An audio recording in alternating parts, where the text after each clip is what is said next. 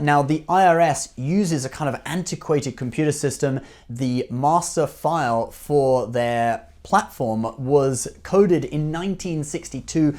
Hey credit warriors, Credit Shifu here. Now, last week the IRS sent out stimulus payments to 80 million Americans who they had direct deposit information for, and only 1% of those payments failed. Oh hey, in fact that's actually still quite a lot. It's still 800,000 people whose payments bounced or weren't sent to them for various reasons.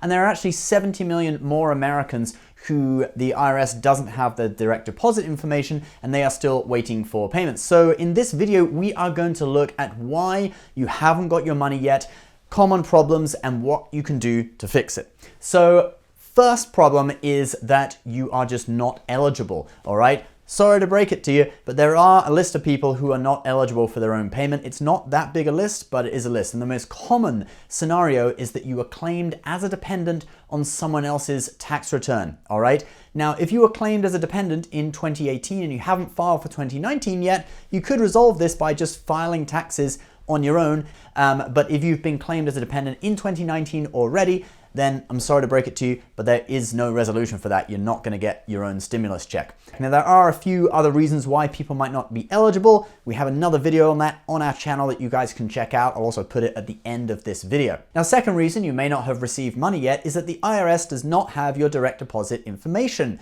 Now, what can you do to remedy that? Well, there is actually a portal, a convenient website where you can enter your direct deposit bank account numbers for the IRS to send you your check. That portal opened last Wednesday. We have another video that shows you exactly how to use that portal.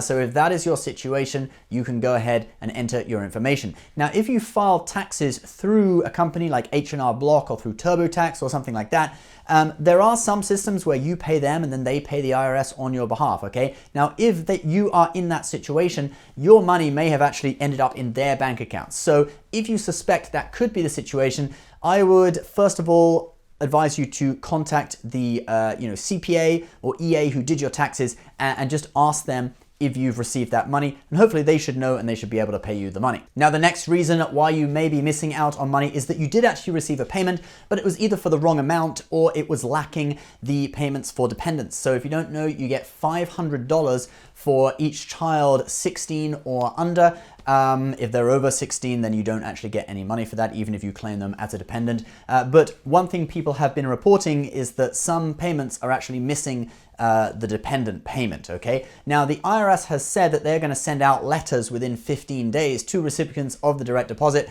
where they are going to detail a way that you can dispute the amount and see if you can recoup that $500 for each dependent. Now, when the IRS says something about this kind of thing, it's kind of like, yeah, I'll believe it when I see it, but that is what they are saying, that they will send out letters within 15 days and, at a snail's pace, you will be able to sort this out. Now, another reason why you may not have received your money is that it was intercepted by debt collectors. Yes, this is a real thing, okay? So if you had a payday loan, the type of loan where the payday loan company can actually take the money out of your account as soon as it hits, when that stimulus check hits your account, that may count as a payday and they can take that to pay off the loan. In addition to that, if you owe the bank money, like if your bank account is overdrawn below zero, the stimulus check may just take you back above zero. And if you spend money from it again and go below zero, you're gonna have to pay an overdraft fee again.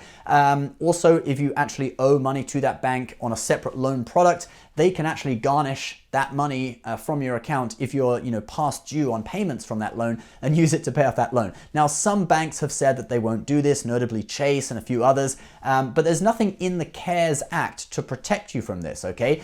However, some states have signed state executive orders forbidding this practice, notably Oregon, Illinois, Washington State. So there are a few states that are, taking steps to protect people from these payments being garnished by debt collectors. Now, what could you do to guard against this? Well, the thing that I can think of is basically just setting up a new bank account to get this check paid into. So if the IRS doesn't already have your direct deposit information, if you are in this situation and you think it's possible that someone could take it out of your account because they have the information, you do owe that company money or whatever, a good sort of precaution to take would be just to set up a new bank account. You can do it quite easily online. There's a lot of online banks and stuff like that. and would be to use that information to enter into the portal to give them direct deposit information from a new bank account. All right, so we've talked quite a lot about entering your direct deposit information into this portal. So let's now look at a few error messages in the actual portal and look at some reasons why you'd be getting those and how you can fix them. So the standard error message that people are getting seems to be this: payment status not available. Some people have reported getting a unable to verify your identity error message. I've played around with the system. I haven't been able to find that one. So we'll just roll with payment status not available. But first of all, we'll look at problems due to identity verification. When you enter your information, you have to enter your social security number, your birth date, okay, with the year as 4 numbers, not just 2, and your street address as well as zip code, all right? So you need to make sure all that information is exactly the same as what you would enter on your tax return, okay? And if you've only just filed your tax return for this year, it may not be processed yet. So if there have been changes between your 2018 and 2019 tax return, you may just want to try the information from your 2018 just in case there has been a delay in processing it, okay? Let's say you sent it only like a few days ago, it might not be processed yet, so the system may still be going off your 2018 information, all right? And then obviously just make sure the street address is entered exactly as it is on the tax return so that they can verify your identity. Now that might be a fix. And now let's look at some more reasons why you may get the error message payment status not available. If you haven't filed taxes in 2018 or in 2019, you'll most probably get this message because they're only going off of those 2 years. So the remedy for that is to go file taxes, all right? I mean, you're supposed to file taxes every year anyway, so, just go and file.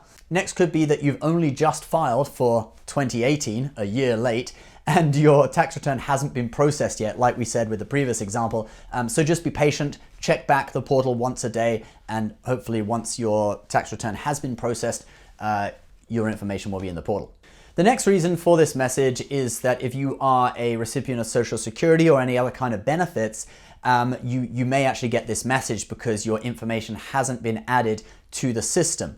Now, the IRS uses a kind of antiquated computer system. The master file for their platform was coded in 1962 using an old computer language called COBOL. And they also have 16 other databases of, Social Security recipients, taxpayers, all sorts of different people, different scenarios that don't easily communicate with each other. So they are trying to integrate this, and they say that they are actually updating with more and more information each day. So I do recommend checking back once each day. Only once each day though, because they say that the system will not update more than once per day. And if you go and log in more than once per day or several times per day, people have been saying that the system locks them out for a period of time if they have too many logins per day, okay? There's a security feature built in there. So my recommendation would just be to check it once a day, and it is being updated, and hopefully within a few days or a week or so, your information will be in there and you'll be able to enter your direct deposit information or track your payment or whatever. Now, although there seem to be a lot of problems with this system, there have been successes as well. The IRS said that 6.2 million people were able to log onto the system on last Wednesday, the day of the launch, and track payments, etc. And 1.1 million people actually successfully entered their direct deposit information on last Wednesday. And so the fact that around 80 million people have already got payments and 1.1 million people have already given their deposit information and will probably be getting payments within the next week or so, that's already pretty good. Last time when they did this in 2008, it actually took 75 days from when the bill was passed to when people got payments. That's about 2.5 months or so. So right now we're only at like 3 weeks. So it's actually pretty good. And if you have managed to enter your information, your direct deposit information, and you're wondering when your check will come, your direct deposit will come, we don't really know that information yet. Right now you get this message when you log in. Once we have a payment date, we will update this page. So basically, the IRS will tell you the date of when your payment is coming in advance, it seems, but they will just update it on that page. So you'll have to log in and check it. So I advise, if you're urgent for it, just log in and check it once a day. And when they know when that payment is coming, it will be updated on that page. So thank you very much for watching, guys. And like we said, please consider subscribing if you like this kind of content. If you are looking for something to do with your check once you get it, we have a deal with the investing app Webull. You can get 2 free stocks when you sign up and deposit $100. There's never been a better time really to invest in the stock market. Prices are down. The market has fallen considerably since its all-time highs at the beginning of the year.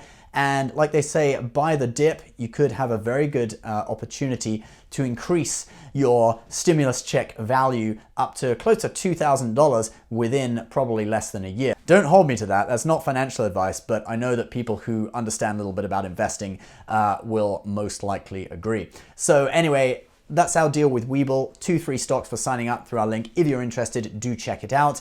Obviously, if you're in financial hardship, it's no time to consider going into investing.